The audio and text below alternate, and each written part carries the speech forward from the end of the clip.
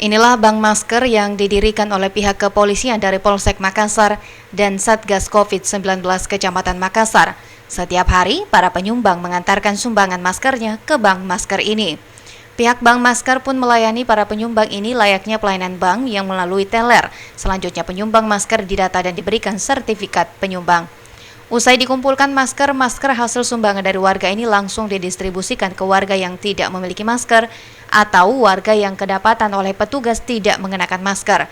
Hal ini pun sebagai sosialisasi kepada warga betapa pentingnya menerapkan protokol kesehatan, khususnya menggunakan masker di kehidupan sehari-hari.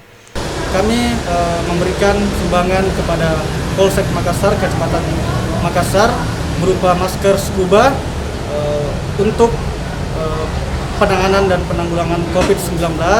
Harapan kami semoga masker yang kami sumbangkan ini dapat didistribusikan dengan baik dan dapat bermanfaat bagi masyarakat umum, khususnya Kecamatan Makassar. Kegiatan bank masker itu berjalan dengan lancar.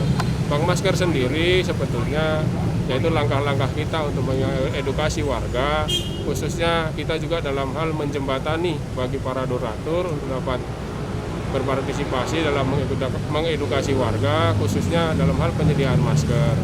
Sampai dengan saat ini, alhamdulillah sudah sekitar 7.000 masker ini kita distribusikan kepada warga-warga yang membutuhkan yang ada di Kecamatan Makassar. Kegiatan bank masker ini merupakan kegiatan penjabaran dari kegiatan pimpinan, antara lain yaitu kegiatan Balai Wabu. Kemudian juga ini dilaksanakan bersinergi dengan gugus tugas kelurahan, yaitu yang ada di Kelurahan Mardika Utara, Kecamatan Makassar. Sejak dibuka pada pekan lalu, kini bank masker ini telah mengumpulkan 7.000 masker dan telah dibagikan selama 5 tahapan ke masyarakat yang tidak memiliki masker. Ilham Cevi, Pajar TV dan Pajar Radio melaporkan.